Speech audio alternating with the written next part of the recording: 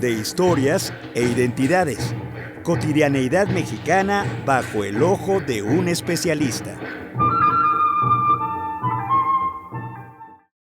Hola, esto es Radio INA. Estamos transmitiendo desde las instalaciones en el segundo piso de Córdoba 45, la Colonia Roma, la Alcaldía Cuauhtémoc, Ciudad de México.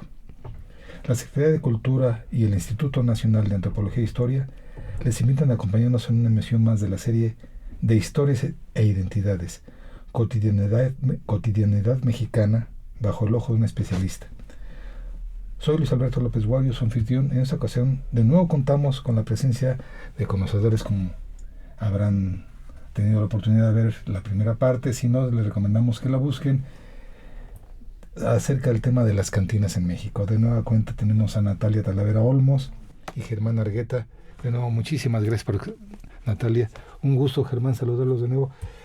Se la recomiendo porque la primera parte estuvo muy interesante y les van a dar ganas de tomarse un caballito, tomarse una cuba, una cerveza, en su caso un mezcal, quien lo guste. Se recomienda, como bien nos dijeron Natalia y Germán, buen comer, buen beber. Y el tema de las cantinas en México le pusimos por nombre El beber me llama. Dejamos algunos asuntos pendientes y me gustaría empezar por ahí porque hemos hablado del origen de la cantina, de dónde posiblemente viene la palabra cantina, las deliciosas botanas que se sirven, el ambiente, la escenografía, pero así como se hablaba de este entorno que está prohibido beber en la vía pública, hay espacios exclusivos para ello, pero también estaba restringido, no era abierto a toda la población. Uh-huh.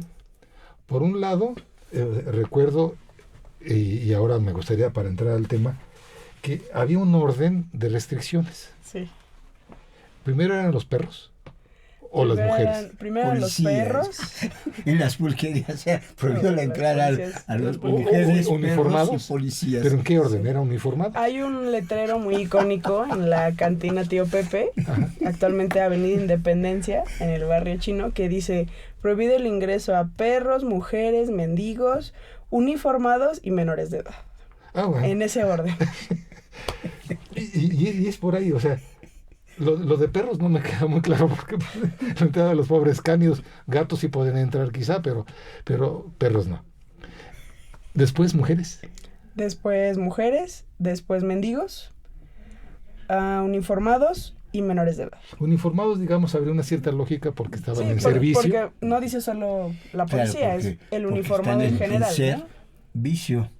Bueno, y nosotros estamos en el vicio nada más.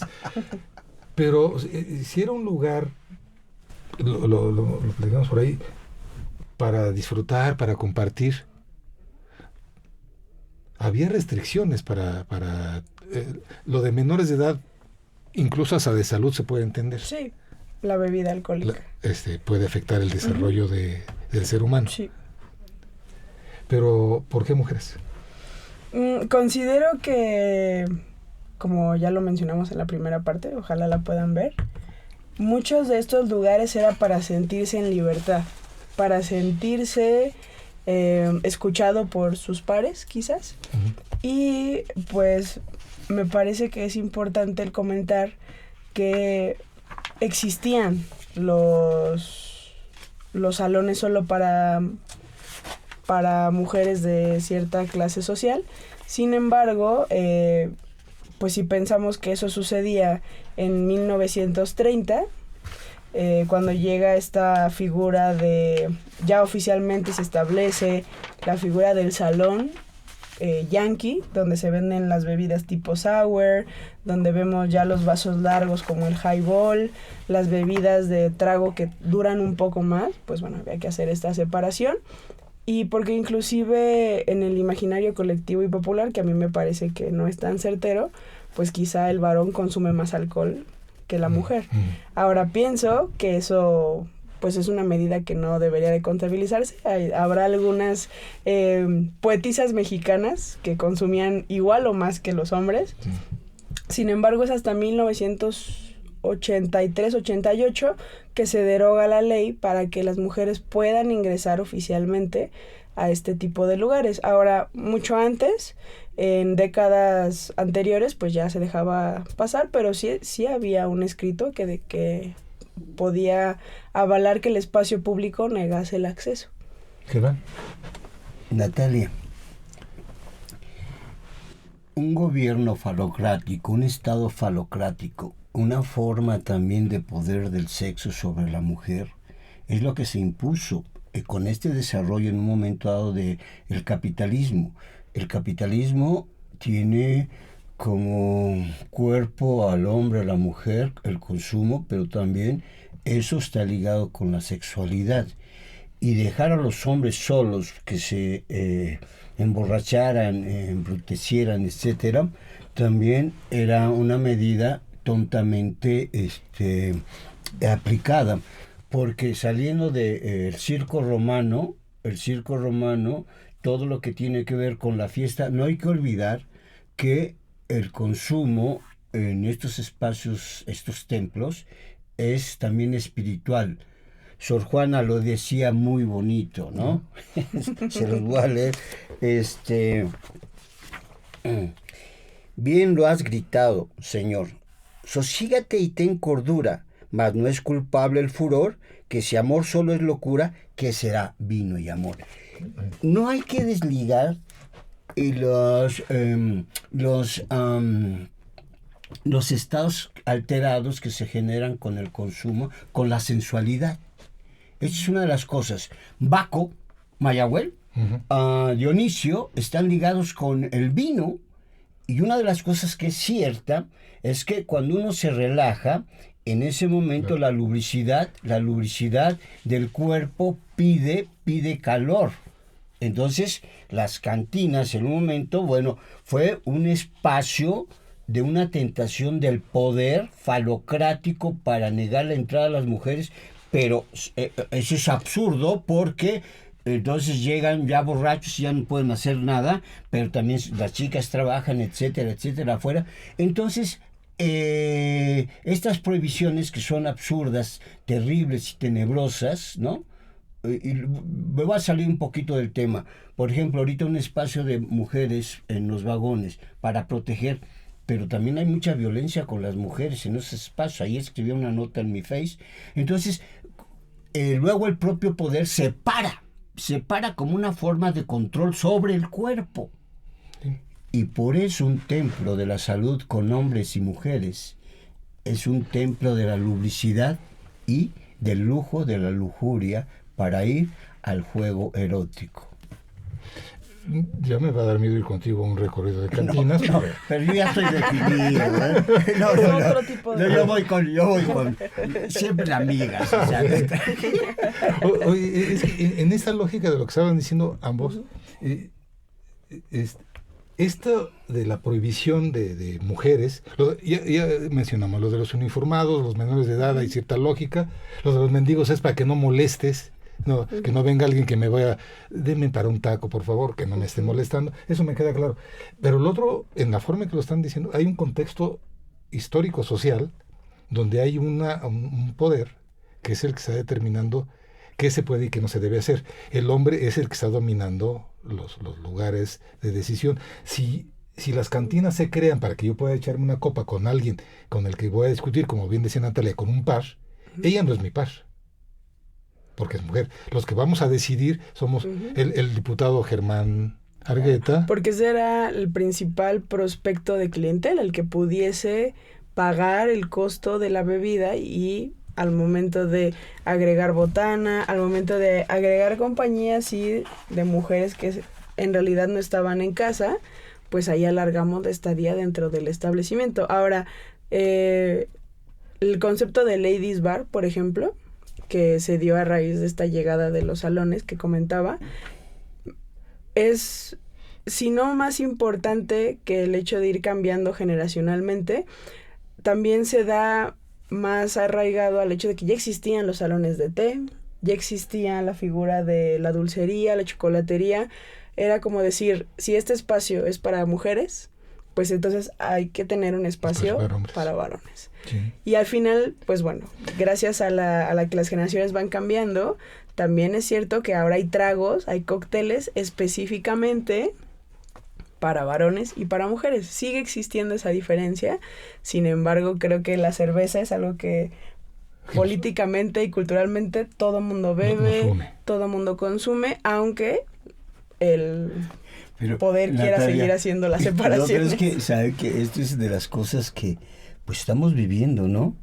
Decía José Emilio Pacheco, yo fui a Reforma, ya no quiero volver a ir, ya no es Reforma que yo conocí. Sí. Y lo digo que esto con un humor, pero me pasa.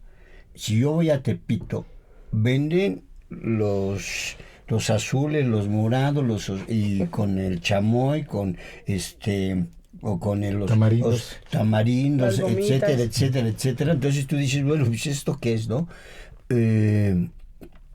Es una forma de propensión para el consumo, pero también en un momento para el abandonar ese estado espiritual.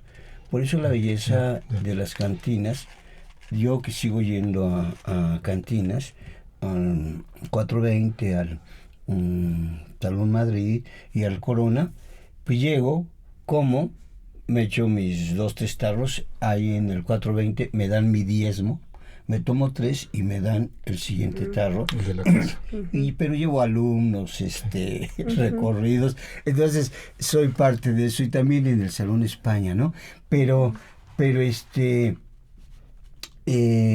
las formas de convivir están cambiando, ¿no? Lo peor es generar espacios. Lo más bello es la convivencia. Y por eso cuando las mujeres de nuevo entraron a las cantinas, nos empezamos a descolonizar y a compartir. Yo nunca ni pensé en la separación, ¿no? Pero descolonizar de un pensamiento machista. Y las mujeres hoy beben. Y las mujeres hoy, pero hoy las mujeres se ponen hasta atrás. Hoy las mujeres luego se andan aventando tiros en la calle y con los hombres, ¿no? Entonces digo, este es otro tiempo. Lo que sí es cierto, que reivindicar estos espacios como espacios culturales es importante. Por eso el manifiesto que yo lancé en el 2008, defender a las cantinas como templos de la salud, como patrimonio cultural. Eso era lo importante, ¿no? Porque hoy si tú vas a las heladerías tienes el sonido hasta arriba. La calle Madero es mortal en las noches. No, es que no vas a convivir. Pues, ¿tienes ruido? Te vas a tomar. Claro, tienes ruido. Que es diferente al contexto de la cantina. Pero si tienes ruido, ¿por qué hay ruido? Porque hay pantallas. Saluda cada rato porque no puedes platicar. ¿Qué haces? Sí. O platico nada más con Natalia, contigo no voy a hablar. Pero además se gritan para hablar. Entonces, estas formas de convivencia que tienen que ver con un consumo despiadado nos han quitado nuestros espacios, que son espacios donde todavía vamos a cantinas tradicionales. Bueno, ya. No, a mí me gustaría comentar algunos datos que dije, pues voy a estar con 2 especialistas.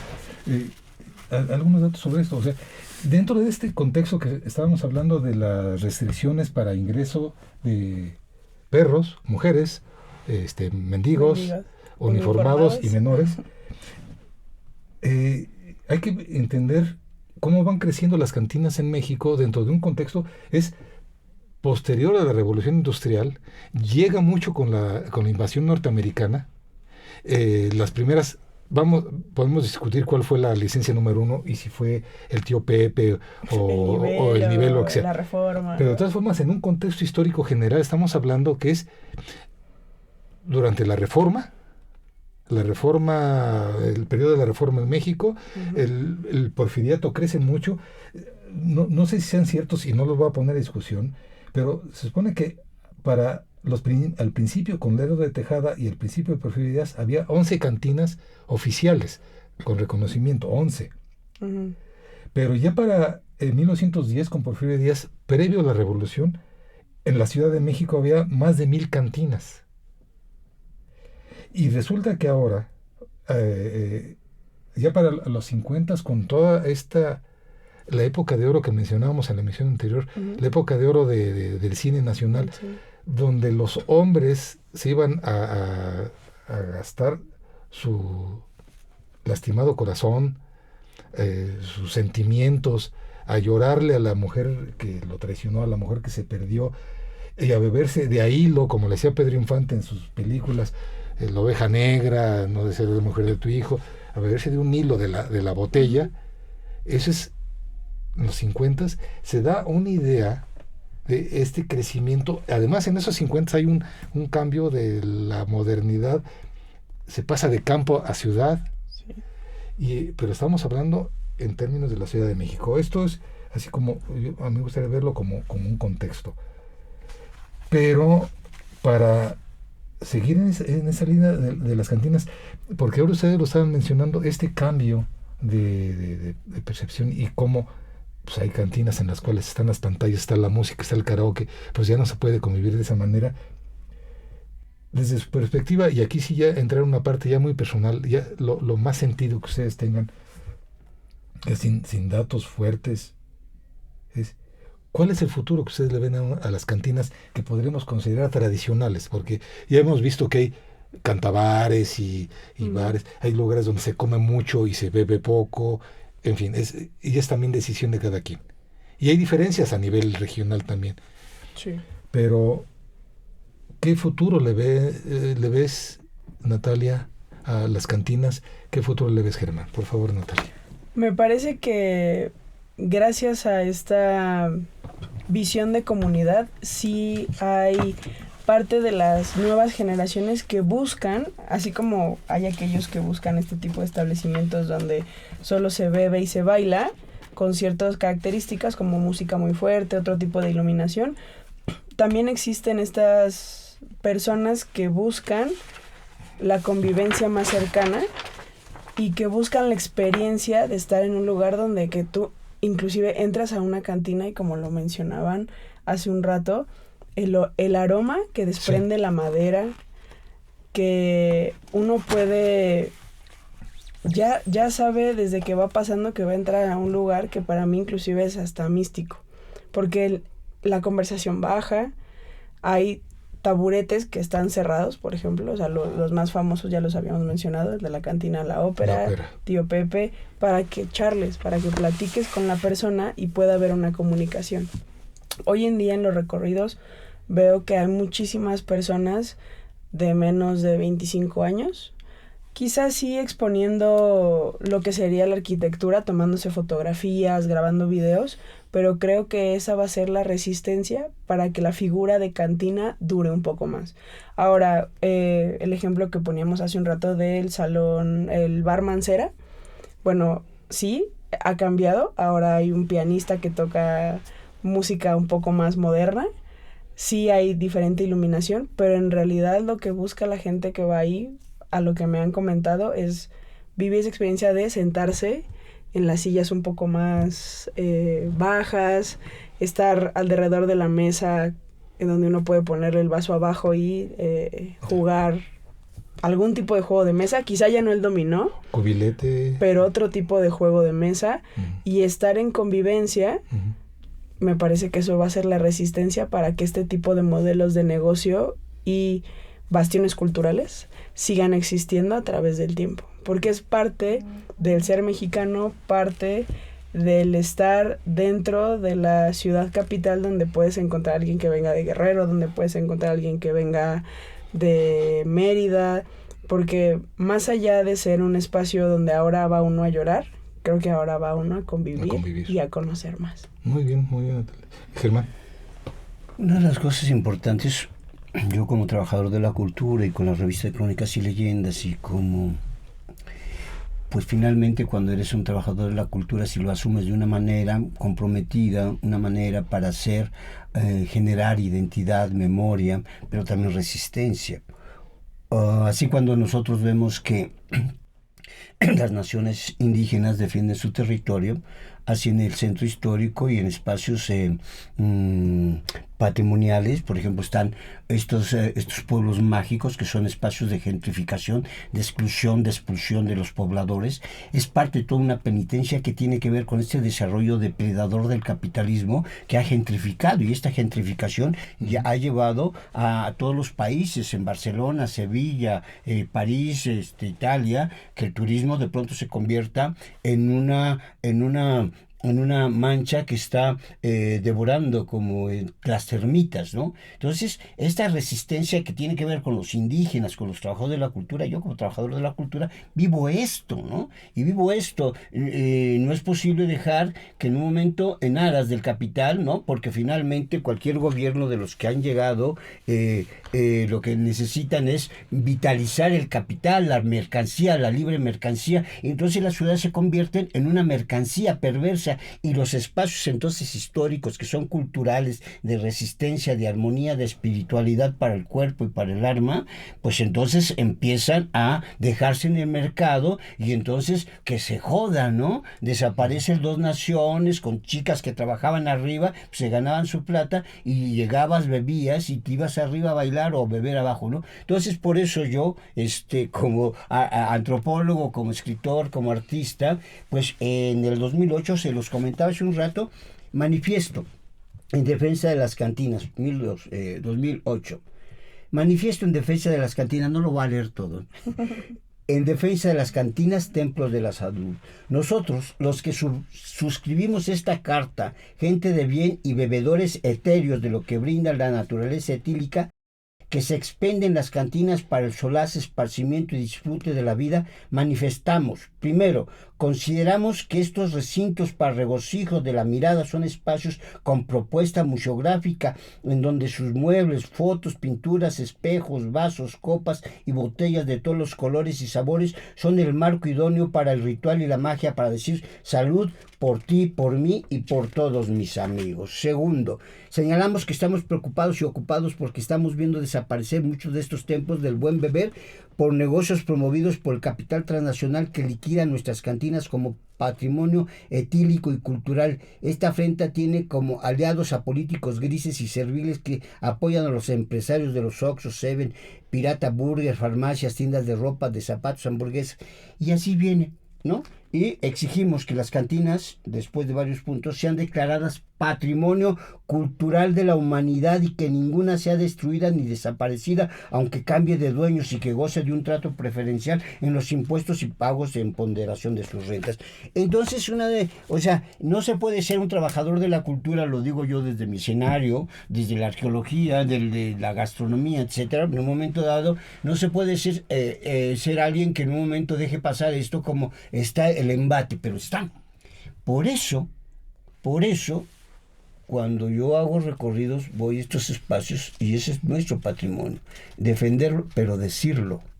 He hecho foros de la lenta destrucción sobre el centro histórico, y los vamos a seguir haciendo, porque todos estos embates que se dan del capital inmobiliario y de servicios y las tiendas comerciales están devastando el tejido social y la economía también de muchos de los sectores. Entonces, mi estimado Luis Alberto, pues es que ahí está una de las cosas fundamentales. Hay cantinas, las visitamos, potenciamos también que llegue gente, exigimos también buen trato, pero a las autoridades hay que decirles, porque muchos de los que llegan, que fueron gente de izquierda, ya llegando aquí, están potenciando el libre mercado y no han potenciado el patrimonio. Entonces, no estoy nostálgico. Pero también. O sea, pero de alguna manera estamos defendiendo, ¿no? Estamos defendiendo, y nuestra defensa en un momento es una contención. Porque estas voces críticas, pues también mi voz es crítica, pero también festiva. Según yo, y para ir cerrando esta segunda emisión, según yo, todo este conjunto de elementos que pues hemos esbozado, que básicamente ustedes han esbozado, nos habla yo por eso recuperaría la palabra nostalgia, ¿no? No es que sea un tradicionalista, pero capaz que sí. Y cuando platicamos con la producción de Radio Vina acerca de esta serie de historias e identidades, tiene que ver con ello. Es qué es lo que nos da razón, qué es lo que nos está identificando. Y con eso me gustaría cerrar. Porque sí, se han cerrado locales de esos que en lo personal, uno de los primeros que conocí que me encantó, el Salón Luz, lamentablemente ya cerró. Y se comía exquisito. La sopa del Salón Luz era un lujo. Justo un poco mencionando este tipo de situaciones, el hecho del perder, creo que no lo vemos ni lo sentimos hasta que es un recuerdo vivido. Y parte de lo mucho que perdemos si al final cierran este tipo de establecimientos es la oportunidad de hacer referencia a alguien y comentárselo. A mí sí me gustaría subrayar algo que se ha mencionado. Es un lugar donde no nada más se convivía, se convivía. Lo pongo al revés. No nada más se convivía, se convivía. Y el convivir, el compartir las vidas, las experiencias. Vuelvo a lo que mencionaba en la primera emisión. Si Germán Argueta está como barman o cantinero, y yo llego solo con mi pena o con mi felicidad, él no me conoce, pero a partir de eso va a haber una conocencia. Y voy a llegar la misma de siempre. Si yo llego allí, es que ya es la misma de siempre, ya me conoce. ¿Qué pasó, Germán? Fíjense, y eso los comento, y qué bueno que lo quiero decir por la siguiente razón. En el 420, que fue una decisión del Corona, ahí llegamos fotógrafos, periodistas, pintores, trabajadores de la cultura, también las marchas de la izquierda o de la etcétera, y también gente que va a comer y ahí se vende, ¿no? Pero ahí gran parte de esta intelectualidad, es muy interesante, de la intelectualidad, ahí encontramos a los camaradas, ¿no? Luego hay fútbol, que ya escuché que te gusta, entonces ahí en un momento el partido del día está del de aquí, en otra parte, pero académicos, o sea, la intelectualidad. Periodistas, o sea, Hermann Millinghausen, en fin. Granado Chapa tenía fama que le gustaban ciertos lugares. Sí, pero mira, la fauna de los que nos dedicamos a la cultura y llegamos a ese espacio que es comunitario. ¿Sí? Con el Domingo, que es el mesero, o sea, que le hice, por cierto, una entrevista. Domingo, sí, viene del Salón Corona junto con otros. Entonces, ese espacio, igual el Salón España. Ahí caemos varios. Ahí llega Ángeles González Gamio, Vicente Quirarte. Ahí nos hemos visto, ¿no? Ahí hemos hecho foros. En el 420 foros. Presentación de revistas, etcétera, en el Salón España, no sé, son lugares, ¿no?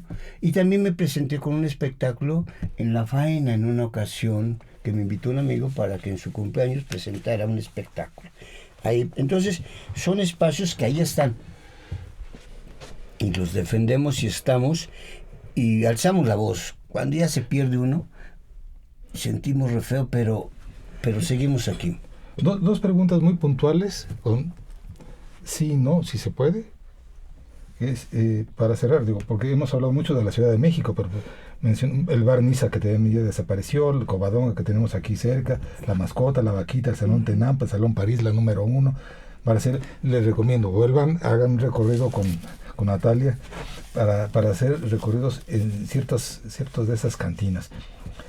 Pero en Guadalajara también encontré uno que se llama La Sin Rival, La Fuente, los famosos Quipales, Bar Zapotlán, La Negrita Cantina en Mérida, el Cardenal Cantina en Mérida también, Lontananza y Bar de Pilos en Monterrey, La Farola en Oaxaca, La Fama en Oaxaca, en Celaya La Castreña, La Nacional en Veracruz, el Pénjamo, La Bomba en Veracruz. O sea, en todo el país, una buena ciudad que se precie tiene una buena cantina donde se convive, se come y se bebe muy bien. Ahora, ¿sí o no? Las cantinas, como las hemos platicado, son una característica de México. Sí, sin duda, sabores y saberes se juntan en este espacio cultural que debemos cuidar. Creo que es un deber. Y más allá de todo, consumir, que es lo más importante dentro de estos espacios. Germán. Yo diría que es una mezcla. Y de alguna manera hay una influencia de estos espacios, templos de la salud. Es una influencia. Las características estas que se generan en el porfiriato vienen como una influencia también europea y va variando, ¿no? Sí. Y hoy, por ejemplo, aquí del Reventón, etcétera, lo mismo lo ves en Alicante, en Elche, o sea, llegas, bebes, bailas, escuchas música, ¿no? Pero bueno, son influencias. Las características bellas de nuestras cantinas tienen sus particularidades, sí, pero este proceso de aculturación también en la lubricidad, el lujo y la lujuria, pues se comparte. Muchísimas gracias. Una última pregunta, por si al caso coincidimos en alguno de esos templos de la salud. ¿Qué bebida te gusta más? Ya dijiste cerveza. El vino. ¿Sí? Vino tinto. Sí, bebo vino tinto. ¿Natalia? Yo en esta ocasión diría que whisky o un buen tequila. Definitivamente. ¿Podemos decir una marca? ¿El tequila Cuervo te gusta? Pues de varios, pero definitivamente, y esto no es promoción, pero he estado probando varios de los Altos de Jalisco, de Arandas, apoyando un poco el comercio local. Sí. Entonces, bueno, en mis redes sociales pueden buscar. A veces hacemos promociones sobre eso. Pues por un buen tequila y un buen vino. Y un buen mezcal. No hay que olvidar que los mezcales, sí, cuando son de trapiches que tienen que ver con artesanales, es riquísimo. Denominación de origen. Así es. También. Natalia, un gusto. Gracias. Muchísimas gracias. Un placer, Germán, un placer. ¿Es la pantalla? Sí, señor. Me hubieran dicho para peinarme. Yo dije, decías, no, ¿y dónde? A ver, acá yo decía, ¿dónde? Y a mí me hubieran dicho para no tapar a Natalia. Ha sido un gusto este tema. Muchísimas gracias a la producción de Radiovina que nos da oportunidad de estar aquí con los micrófonos. Luis Alberto López Guario, en nombre de Radiovina, doy por terminada esta emisión que fue posible por la generosa participación de nuestros invitados Natalia Talavera Olmos y Germán Argueta, conocedores, pero sobre todo esta bonomía y este gusto por platicarlo. De verdad ha sido muy, muy grato estar con ustedes. Gracias a nuestros escuchas por su atención. Les sugerimos consultar más de nuestra producción a través de las distintas plataformas digitales, YouTube y Spotify. La producción es de la Coordinación Nacional de Difusión a través de la Dirección de Producción Audiovisual con Ana María Galicia Zamora al frente, la subdirección de Radiovina Gabriela Marentes Garza, realización de Evanibaldo Morales Ellis, grabación y edición de Rubén Martínez Esquivel, el apoyo de Marta Hernández, Pablo Adedoy y Jerónimo Cuevas, la conducción de Luis Alberto López Guario. Hasta la próxima, y los invito a que sigan estas emisiones y los invito a que se tomen un tequila, una cerveza con una muy rica botana y que sigan disfrutando de la vida y de esos programas de Radiovina. Muchísimas gracias. Hasta la próxima. Natalia. Gracias. Gracias. Las opiniones y comentarios aquí expresados son de entera responsabilidad de quienes proporcionan la información y no representan necesariamente las opiniones de Radio INA ni comprometen el pensamiento editorial del Instituto Nacional de Antropología e Historia.